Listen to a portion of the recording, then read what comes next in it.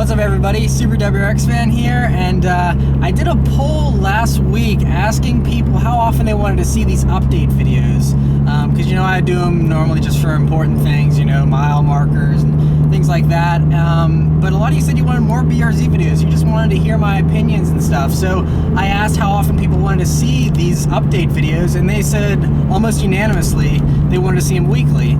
So every week, I'm going to try and do it probably every Friday, but this Friday I'll be filming a car review out of state, so traveling around, filming some cool videos for you guys, so I decided to do it today instead. So what's new since last week? Well, not a whole lot. I passed over 11,000 miles, so I'm still driving the car a lot, especially now I'm driving it all the time now that the Legacy's been sold.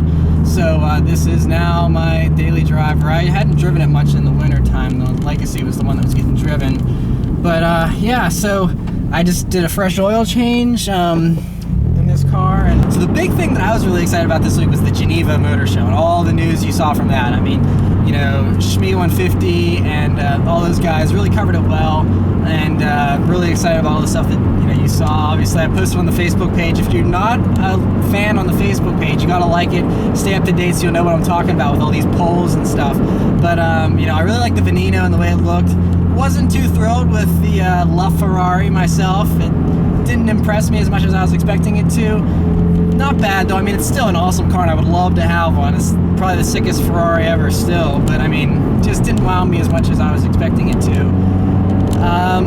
But for me, the big news was the GT86 Open concept. I think it looks phenomenal, and I don't care that they're marketing the car to women. I don't care that they're going to try and turn the whole, even if they turn the whole brand into a chick car brand, if every girl is driving around in one of these, the world will be a better place. We'll all have awesome rear-wheel drive cars. It just, I can't think of a much better world. Even if it makes me look girly driving one of these in 5 years because every chick's driving one, it's an awesome car. I don't give a crap who drives it. So yeah, I was really psyched. The commercials and the little feature film they did with the convertible GT86, it just looks so awesome. And so yeah, I really hope they decide to make it. I'm pretty sure they will, because Toyota San and the guys that developed this car developed it with a convertible in mind from the very beginning. So they didn't just say, hey, you know what, we should hack off the roof and see how it does. They originally designed this car with the intent of making a convertible version. That was always in the plans. So I wasn't surprised by the concept, but I was surprised by how well it looked. I'm glad the car kind of retained all of its shapes and everything still. It translated really well into a convertible. You know, you miss the cool little divot in the roof that you have on this hardtop, and you know, the lines are a little bit different. You know, you're missing the cool sloping C-pillar and things like that. But overall, they did a really good job with it. And I mean, I don't want to commit to anything just yet, but if it's priced normal, a couple grand over the hardtop, and especially if they make a super BRZ version, because I really like the front end styling of the BRZ, and I like the interior luxuries of the BRZ over the more bare bones simple FRS interior.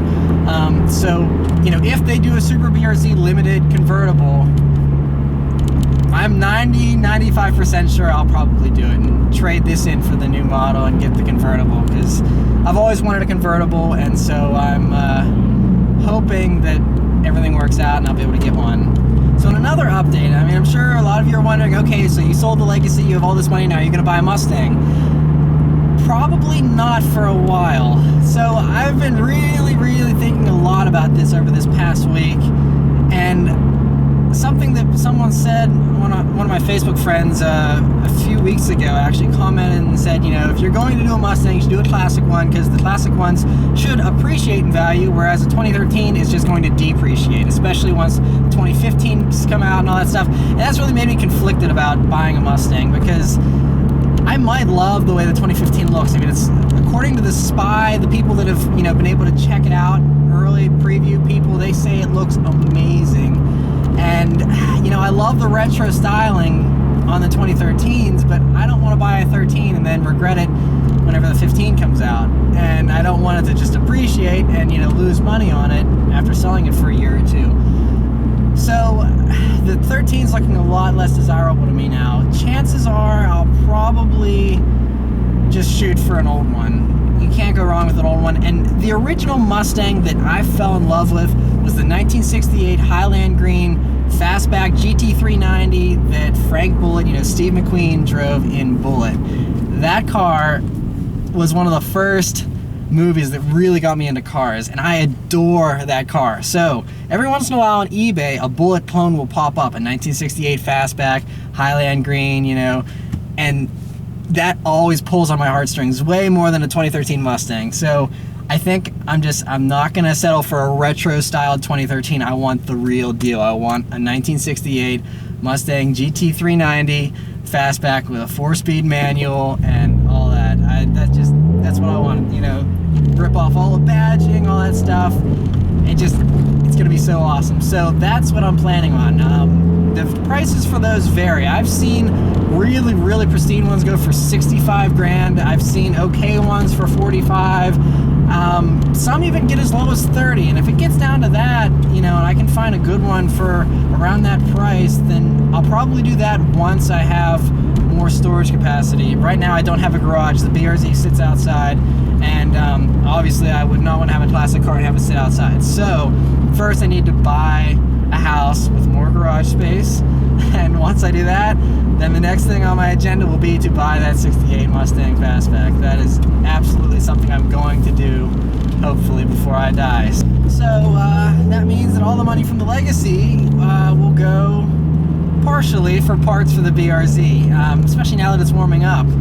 I want to buy some more parts for it. I already ordered clear side markers, like the JDM cars. This car has those ugly orange side markers that really stand out and don't go with anything, but lovely US laws, that's what we have to have. So, but you can swap them in for the clear ones and just put orange bulbs in. So I'm going to do that, and that should be coming before the end of the week. And the rest of the mods, I'm not 100% decided on what I want to do, so I don't want to say anything and get everyone excited before I decide what I'm going to do. But I think I'm probably going to hold off on the supercharger for a while, especially if I'm going to go with, if I'm pretty sure I want to do a convertible BRZ in the next year or two, whenever they come out, then I don't want to, modify this car a ton. I want to make it pretty easy to put back to stock. So I'm pretty sure I'm going to stay away from forced induction for now. I love this motor the way it is anyway, just now. Could use a little more pep, so I'm probably going to do a retune, reflash, give it a little more power and actually tune the engine, to fully maximize the intake and exhaust I already have on this car. So yeah, that's it for this week's update. Just tell me what you think about these updates, and I got a lot of awesome stuff coming for you guys this weekend. Like I said, I got the car review I'm filming tomorrow. So yeah, thanks for watching, and I'll see you guys next week.